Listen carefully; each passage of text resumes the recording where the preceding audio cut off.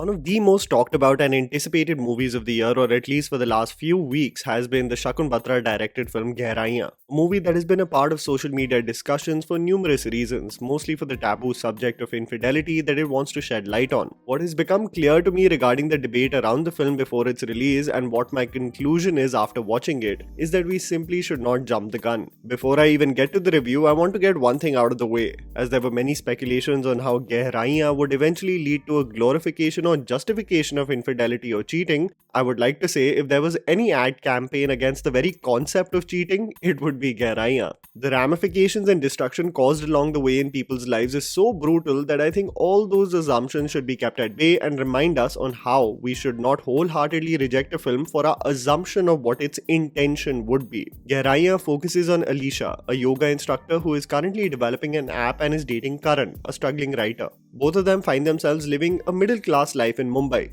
Alicia, out of the two especially, finds herself stuck in a rut of sorts of the monotony day in and day out and of her circumstances not changing. Upon a rare double date with her cousin, she comes across her boyfriend Zain, played by Siddhant Chaturvedi. Sparks fly despite the existence of their respective relationships, and what follows is both the characters sneaking around behind their partner's back, engaging in a deeply physical relationship. What manifests in the lives of the four primary characters, eventually uncovering many dark secrets of their respective lives and relationships, forms the basic storyline of Gehraiyaan. Here's me telling you the good and bad aspects of the film so that you guys can ultimately decide whether to watch it on Amazon Prime Video or not.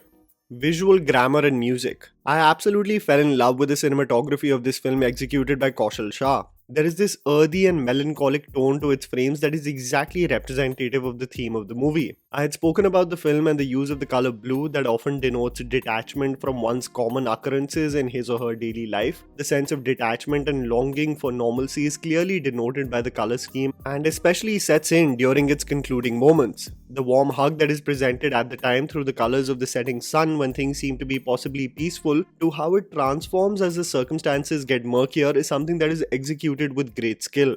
As I previously said, I absolutely love the music of this film, and I think it complements the laid-back approach the film wanted to achieve. While everyone is singing praises of Dubey and the title track, Bekabu has to be my personal favorite. Over and above the songs of the film, it is the immersive background score that assists many of the intense moments in the movie, something that sets in right from the first frame that really captures the essence of Gehraiyaan.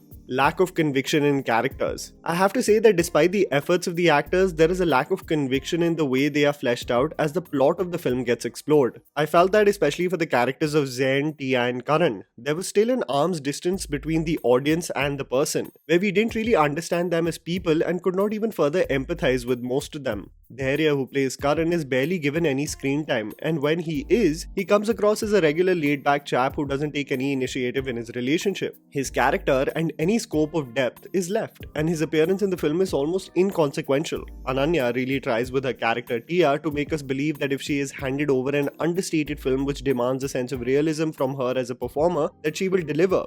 But this is sadly not the case, and I think it's a combination of her lack of ability and the way her character develops. The cousin dynamic is primarily the main focus, but Tia is still the privileged naive girl and nothing more. I struggled especially with the character of Zain played by Siddhant Chaturvedi. There is a lack of nuance in his character development which makes most of us viewers identify him as a stranger even till the second half. If that was intentional despite all the explanations of where he comes from, then that's a masterful act, but there was something clearly missing in Siddhant's performance, especially in the second half. While he is a fox and is a manipulative cheat, he shines, but in moments of absolute angst, I could not even feel the walls closing in on him. He really tries, but in my opinion falters in this case to channelize the sheer pressure Zain feels, and what ultimately leads him to believing is the only solution. The veterans and Deepika. There is no doubt in my mind that there are three standout performers in this film, and they are the most experienced members of the cast. Rajat Kapoor really does a splendid job in this movie. He plays Zain's business partner who guides him through many of the trials and tribulations, but it is in the final act where the gears really start, and he starts applying the pressure where it is really needed. Having such an intimidating and confident presence on screen, he really elevates the quality of the film and putting it in high gear in the final act.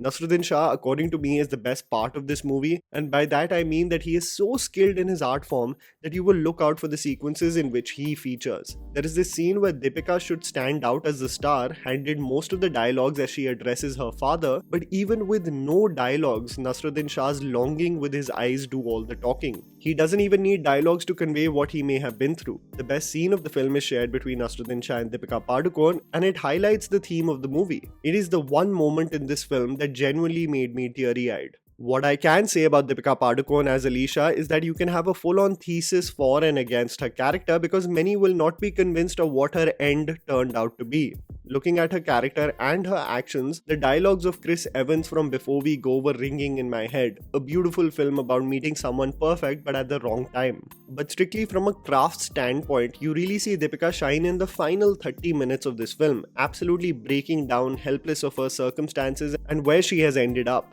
Deepika channelizes that sense of gasping for air with great skill. The payoff may be brilliant regarding the performance, but the journey is very bumpy. The language. Is it me or did everyone think that this is more of an English film than a Hindi language film? Even from the perspective of it being in an urban setting. You know, even when I see movies like Dil Chahta Hai or Zindagi Na Milegi Dobara, these movies represent characters that come from affluent families. But the Hindi discourse between characters still never comes across as awkward. I felt that Gehraiyaan almost went on an overkill mode with the use of the English language and the repetitive, almost nauseating use of the word fuck. I understand that while most people argue the swear words just flow like there is no tomorrow, but at one point of time I had to do a double take on how many times it was being repeated. I felt like while this movie does represent a certain class of people, Shakun could have used a similar route like Kapoor and Sons and convey most of the dialogues in Hindi. Not cheating, but adulthood. There is absolute merit to the argument that the film is less about infidelity and more about adulthood. It actually focused on themes that were not present at all in the trailer, which is a refreshing change to what we have seen most of the time. We were worrying that the trailer basically showcases everything of the final act of the film, but I have to assure you, you have no clue what you are in store for in the final moments of this movie. The film aims to shed light on parenting, the impact on children, and the age-old question of whether we are destined to experience similar circumstances just like them. In the process of trying to fight what is fate, are we denying what is already predestined? I have to say that personally, I thought the twist was extremely far-fetched. It seemed like a jarring shift from what was the theme and vibe of the movie. It's great for shock value, but there should be a slow burn to the particular act. I almost giggled a bit during the twist as its execution was also lackluster. This twist is the make it or break it moment from the film. Let's just say you go from a Shakun Batra film to an Abbas Mastan one, and the transition ain't that smooth. I can sing praises of what Shakun Batra achieved through a film like Kapoor and Sons because it is something to marvel at. He tackled such complex topics with such layered characters that I think it still stands out as his best work. The topics that he wants to shed light on with Gehraiyaan, especially complex relationships, one's needs and want to be seen and adulthood is commendable, but it pales in comparison to the poetry that was conveyed through a movie like Kapoor and Sons. That movie for me encapsulated human relationships and one's identity with such beautiful skill, and to top it all, showcased exceptional performances by every single person from the cast. Something that I feel lacked with the writing and overall performances of Gehraiyaan. And that was the video, guys. Write down in the comments below what you thought about the movie. Please don't forget to follow me on Instagram, the handle is right in front of you. Follow me at JammyPants4. Also, please support us by smashing the like button and subscribing to our channel for weekly content ahead. Thank you for watching.